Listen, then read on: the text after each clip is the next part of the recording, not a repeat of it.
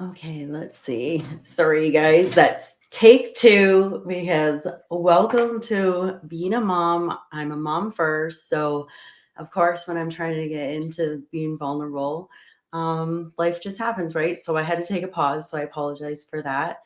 But what I was saying was like last night, I had a hard night. The wind was stormy. My daughter was up. So, I really want to dip into this frequency because I'm in a lower vibration. I thought it would be like the perfect time to dip more into something about speaking about the vulnerable side of entrepreneurship. And last night, I actually got super inspired by one of our huge leaders in the company, where we're kind of all tied to him, like just because he's so big. Um, that he was mentioning, like, you never speak about you don't speak about like the grind or the waves, or the emotional roller coasters, or the struggles of the entrepreneurship. So I really felt like, okay, I should share that, because it's so easy to get stuck in the rabbit hole of sharing your seasonal highlights and the great things about life, and like what you're doing and where you're going, and all those kind of things, because they feel good, right? But to be honest, a lot of people will connect deeper to your mission and your story when you're more vulnerable and you actually speak from the heart. Now, I'm not very good at sharing my feelings. This is still new to me. This still feels hard, especially being on social media. It's not something I really like to do, but anyways, this is me. I'm going to share just like the part of my journey, right? So when you're first, like, so the beginning half of your life, like when you're first born, you have, that's where you learn like all your limiting beliefs, your values, uh, what you believe in, and all those kind of things. And then, so they kind of like create your character and your belief, and all the things. And it's the people that surround you that have this influence on you, right? And then when I turned 20, that was like the first time I actually got to experience and taste freedom. Was in my early 20s, like maybe 18 to 20. When I was 20, I started traveling the world solo. I was having the time of my life. I felt free as a bird. I even to this day, like I can sink back and go into like some of those experiences of just laying on the beach and all the things. It was just so cool, such a cool experience. And I did it solo. A lot of people, you know, they're scared. They've never left like their hometown or anything like that. And I wanted to push myself forward and just try something different. And I went out there, right?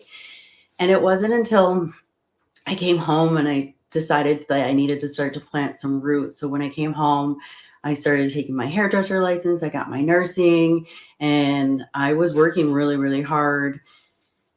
And I was working really, really hard. Sorry, my cat's attacking my dog. Working really hard at the time, and I was in a lot of debt from like school, trying to lay down these roots. Like, I know I was tired of living in my backpack. I wanted to start making more connections um, that weren't that weren't just like superficial. I wanted to go deeper, and I was out for like, I don't know, a year and a half to like 2 years. So it was like a long time. Everybody else has kind of moved on and did different things, right? Out here. And yeah, so I wanted to plant some roots. And when I did, so I did my hairdresser and I did my nursing. So I was working crazy hours, and I had this lemon of a car, and it would break down all the time. It cost me like $5,000 to $1,000 a month to fix this thing. And I was always told, like, you can't afford to get another car. You can't afford this. You can't afford this, right? And I had all this debt, and then I was fixing this car, and I was really struggling. I was struggling really hard at this time. Like, I could hardly. I had to choose if I wanted to fix my car, if I wanted to put gas in my car, if I wanted to buy groceries at the time, and life really felt really hard, which is crazy because I was so free at that time, right? So before that, so this is the time roughly when I met my wife. And when I met my wife, it was really, really beautiful because, somebody believed in me more than I could believe in myself at the time, because I thought like I couldn't afford a new car, or I couldn't do this. And just like in life and business, when it's something that you really want, like if you want to pursue somebody, or if you want to pursue a business, or you want to pursue anything, you will actually make the time in your life to do those kind of things, because you will. And so during this time, I was working like 7 days a week, and my wife, she was running a home in the group with the group home kids, and she was working 12 days out of the month and waiting for me to like get time off so that we could like date, like after my shift work and after my hours. And then I was like pure exhausted, but on adrenaline rush, because it was a new relationship and stuff like that. But it was just pure exhaustion, and I was really struggling. So the way I kind of I knew I needed to change something in my life, because the way I was working, it just wasn't. It's just not how I could do it. I was doing it for like a couple years already at the time, and then I met my wife, and I wanted to pursue her, and so I knew I needed to change like the way I was working. Like we didn't have time to actually date, so it kind of happened like organically. She needed somebody to go check into a home that she was running. She had her spidey senses go off that there was something going on in the home, and these are vulnerable kids. So every time she went there, uh, her spidey senses were going off, but she couldn't pinpoint it. So she basically asked me if I would go there and work a shift and just be their eyes, right? And since I was a nurse, I was overqualified for the position. So I ended up going in, and it was intense. Like I'm not gonna lie, like the kids are a lot. And the greatest gift that they taught me was that um is don't like you can't react with your emotions. Like you can't react. You have to sit back and you have to wait and you have to respond, because as soon as you react, it's like the first thing you're going to get hit, like, or hurt or injured in the field, in the industry. So you really have to become one with your emotions, because you need to be able to respond and not act. So when I went in there, I actually, I like a lot of stuff went down. I could see like people were neglecting the kid, and I was like the little like their eyes, right? And I had a really hard time with it, because I didn't like that I had to disclose this. But you know what? In the back of my head, it was, yet for the safety of the kids, right? So, and that was how I kind of fell in the line of starting my work with the high risk group home kids. And when I went into the group home kids, that's when I got to free my time up, and I started working less with hair. I started working less with nursing, and I started to just go full throttle into working with the home and building my leadership skills. I actually wasn't very good at it. She would help me role play a lot of times, what was appropriate to say, what was not, because those are all skills and things that you need to learn, right? So why was I sharing this now? Let's think. So I got inspired from our thing yesterday about sharing the journey of all the things, right? And in the journey, it's definitely been a roller coaster. I probably haven't seen as much success as a lot of other people in my industry. Like I have had success in my business, but my main success has been through personal development and growth, and grinding through all the hard times and like the limiting beliefs, and just not stopping, right? And just believing in myself and all those things. And it's okay to have a hard day. And even like right now, like, my energy's low because I'm tired, and I can't even remember, because I got thrown off with my son here. But I know I wanted to share more. It's going to come back. But yeah, so but even with like being on social media has been super challenging for me, and speaking up here live has been hard, and I'm busting through a lot of beliefs on myself, and the growth that I get to become and do by doing this. Like, even though I'm on day 9, I definitely feel different inside, speaking. And I wanted to share, like, when I was doing all my jobs and my careers, like, my Facebook was so locked up that I would have never found my business at all. I was looking for my health, to change my health, because at the time when we first started in having our babies, that was our big focus, and we had to do IVF. And when we did IVF, we had one baby, and then I was on mat leave, and I live in Canada, so you get a year or you get 18 months. So I hit the year mark, and we were trying for our second baby, and we were having miscarriages with healthy embryos. And so the doctor basically said, like, you have to pick your career or your family. And I was so lucky because both me and my wife, we have really, really, really strong family values. So it was a no-brainer for us to be like, okay, our most important thing is, like, you need to stop working. We need to focus on our family and things like that. So I, at the year mark, I gave them, like, I just quit then, because I didn't want to hold them on the line of holding my position when I knew, like, we're going to go for our family. Right. And so when that kind of happened for us, I had actually a lot of guilt and shame of, like, being home and having to have, like, that financial, like, my financial independence being, like, stripped.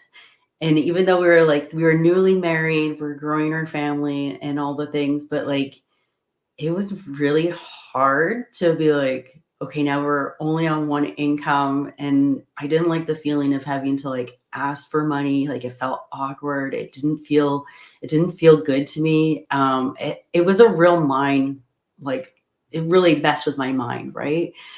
And so we tried to work through it. And part of the things that we decided was that, we'll put some money, like, before, like, our accounts were all separate, and when we got married, like, she made more, so she would pay a higher percentage than I would. But then when I had to quit my job fully just to grow our family, we decided that, she would give me some money in my bank account, so that, like, say if we're gonna buy gifts for each other or something like that, I didn't have to ask. And we actually have a rule of $1,000 that you can spend freely without having a conversation around. And $1,000 seems to come up a lot. And in our lifetime, like, when we first bought our first house, we lost it over $1,000. So I think there's, like, something with $1,000. I don't know, right? But anyway, so we decided to put some money in my bank account so that we could ease that transition of having to, like, depend on, like, your spouse and your significant other. Like, it definitely was really hard. And then so now I'm home with my baby, and I still had, like, a lot of guilt and shame. Like, she would get up, and she went and she would work, like, so much harder, and, like, just go to work with a smile. And, well, she is Mexican, so she does like to work a lot. But she would go to work, and she was missing, like, these, like, magical moments with our family that was so hard to have, right? So I would try and videotape them and stuff like that, but it really felt icky to me to be soaking up all these magical moments, and she's working for us so that we can grow our family. Even though she was okay with it, it still did something to me, and it was really, definitely really hard to, like, get over. Right. So then now we have our second child.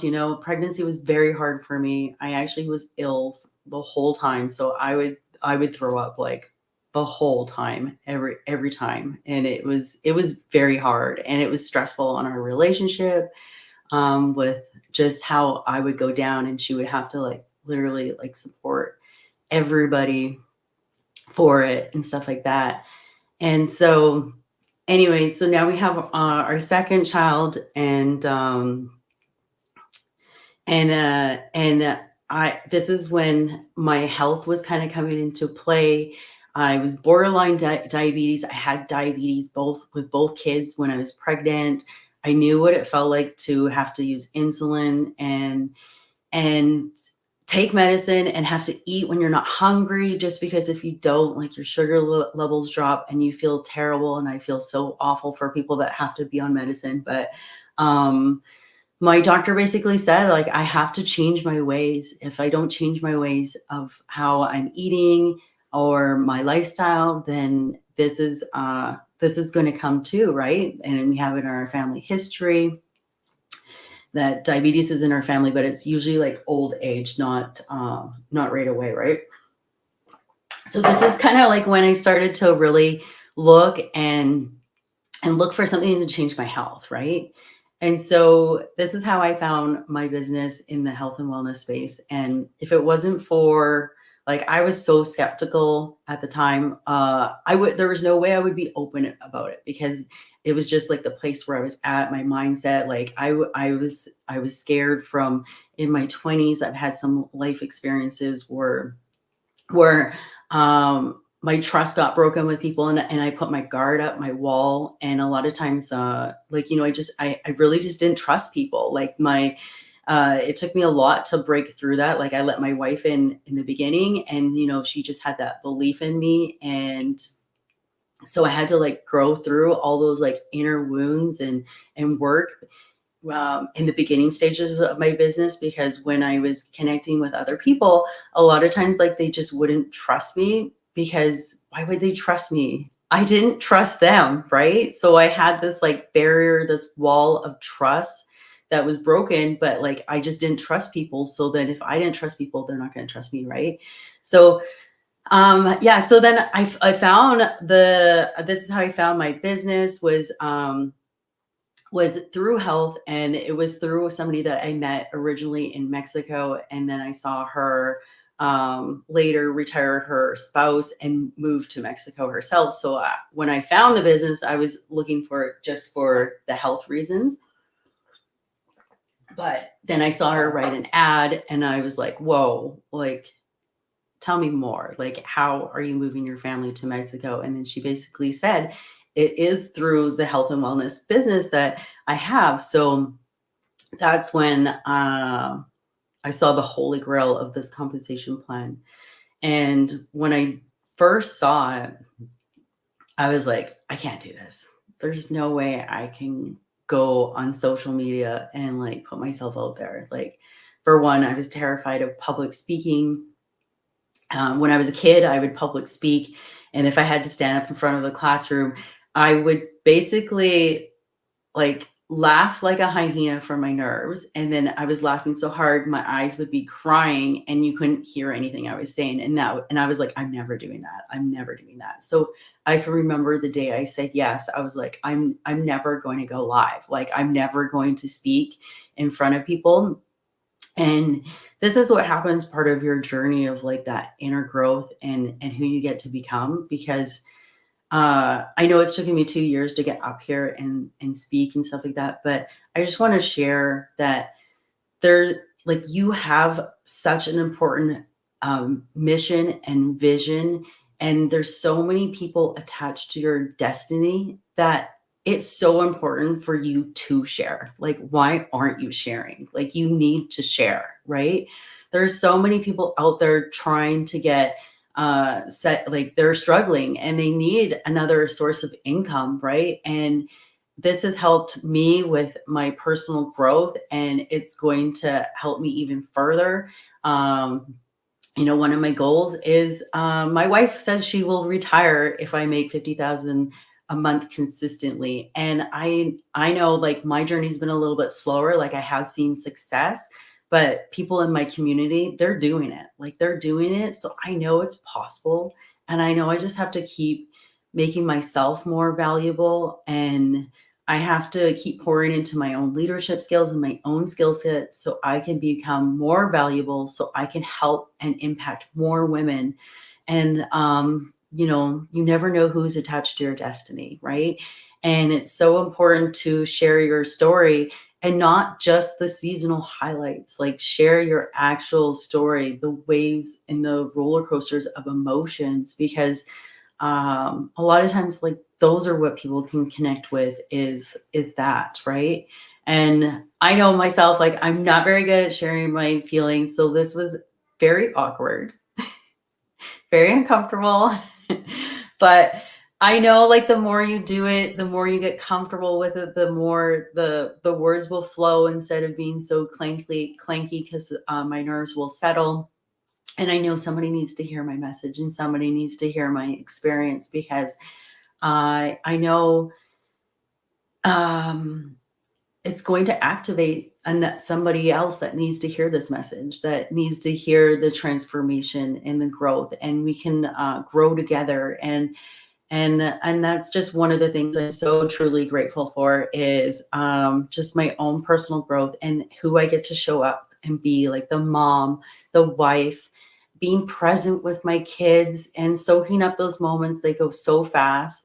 I see my brother online here, and even our relationship is changing. Like, and I love it. I love that we're learning to communicate because we came from the same family. So we're English, we bottle that stuff up, but we're growing, and it's beautiful, and I love who he's with because she is so in touch with her feelings. So I feel like it's helping us pull them all out, right? So anyways, I'm going to leave you with that because I have to get my son to his preschool. And I really want to thank every single one of you guys that are coming on and supporting me during my 100-day live challenge.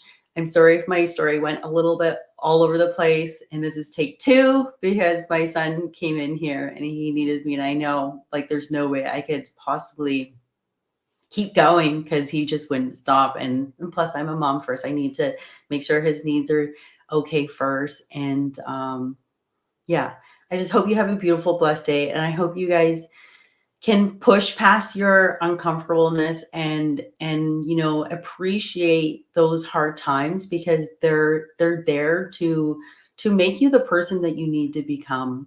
And we're all destined to have human experiences and grow and stuff like that. And some of us have sadder stories than others. Um, and yeah, some of us are just better at pushing through them and growing through them instead of letting them hold you back and hold you down and hold you in those emotions. We're meant to feel all emotions, but you can never be all of them all the time. Like you have to keep going up and down and up and down. And that's part of life. That's part of riding that wave. It's part of growth pains. It's part of developing yourself and your personal development and all those things. So anyways, you guys have a wonderful day. And I just want to say I love you guys all and thank you so much. My DMs are always open. So if you feel connected in any way, you want to say hi, come say hi. We're on social media. Hey, Amber, you're catching me at the end. But yeah, you guys have a beautiful, blessed day. And I just really want to, I hope inspire you guys to take action in your life and don't and just make the time and the space for you and stuff like that, right? So it's just like when you're dating, or like when I was dating my wife and I wanted to make time for her, I had to like leave some of my jobs, right? If I didn't, like we wouldn't be together and we wouldn't have this beautiful family if I didn't actually put down what wasn't important and actually take those steps that was super scary and like leave like the safety and security of like what I went to school for to build what we have here, right? So I just took that leap in faith into our relationship, and from there we've definitely blossomed and had lots of growth pains together. And it's definitely not easy, but it's so worth it if you find somebody that is willing to do the work with you, right? Whoever is willing to do that work. A lot of people, they don't appreciate the relationships as much, or they think the grass is greener over there, and then they'll jump. They'll do it in the relationships, they'll do it in life or business. It doesn't matter. Like it's like a habit, right? So when you want to change your life and you want to actually do something different with your life, you have to do what is called to do something different to create that, right? So I hope that you guys get inspired. Please reach out, please say hi. And I just want to leave you at that. I hope you have a beautiful, blessed day. And I really thank you for coming in and being part of my day that is in a lower frequency vibe because of the lack of sleep. And I just want to honor that. And it really allowed me to dip down and share part of my emotions and where I've come from. And I hope that, yeah, I hope that inspires you guys. You guys have a beautiful, blessed day. Thank you all for the love and support. And please don't forget to say hi, smash those hearts. Bye.